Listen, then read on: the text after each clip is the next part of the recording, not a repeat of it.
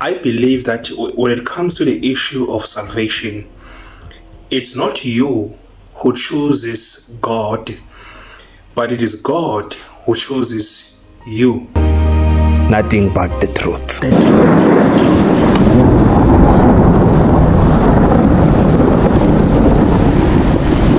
You are not saved because you decided to be saved, but you are saved because He decided to save you. Now, I just want to give you a scenario that will help you to understand what I'm saying. If you look at the book of Revelation chapter 6, you have the opening of seals there.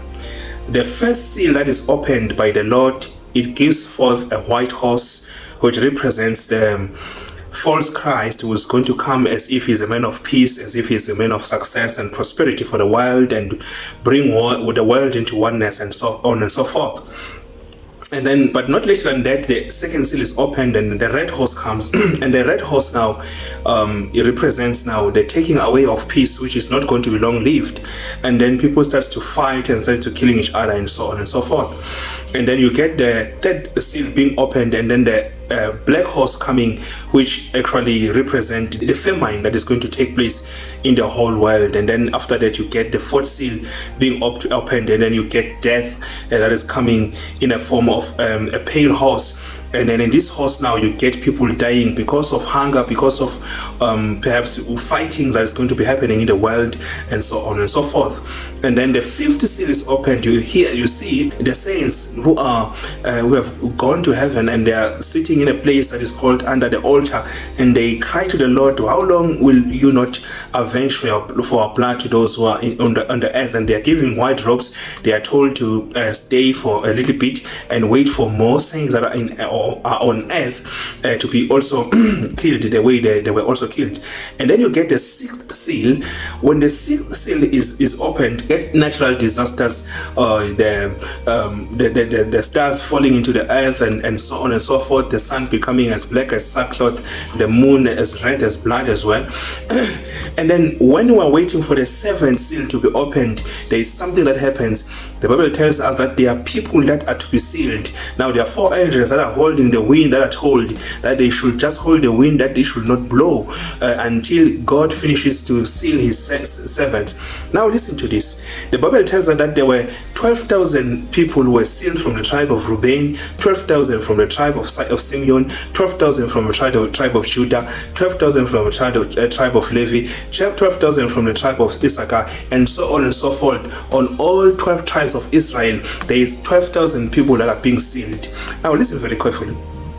If you will take a tray of stones and randomly pour those stones on a rifler or on some sort of a tray with an equal openings, 12 in total in numbers, that is taking those stones through into a certain pen. Maybe each slot of those 12 slots is taking into one pen, in its own pen, and then you end up with 12 pens underneath, and then you pour randomly with a tray a number of stones, quite a large number of stones, and you pour in that rifler or that pen with those slots that are opening equally, same size, each slot putting into its own pen. You are eventually going to end up with a number of stones in one pen, but you are never going to have an equal number of stone on each and every pen. If you are to randomly put stones like that, you are going to have 16,000 here, 10,000 there, 6,000 there. Even if the number will not really differ that much because of the equality of the slots, but you are still going to have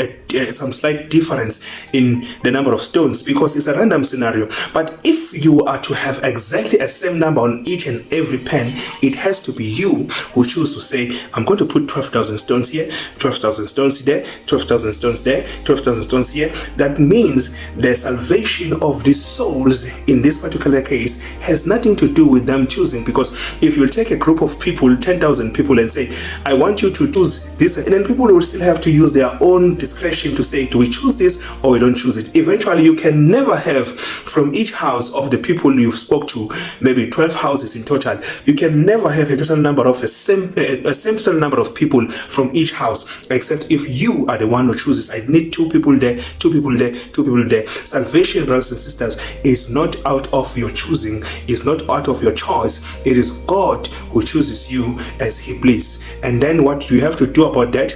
Now that you have been saved, now that you have realized and tested the beauty of the Lord, it has something to do with your doxology. It has something to do with your praise and your worship to God. This is what you should do.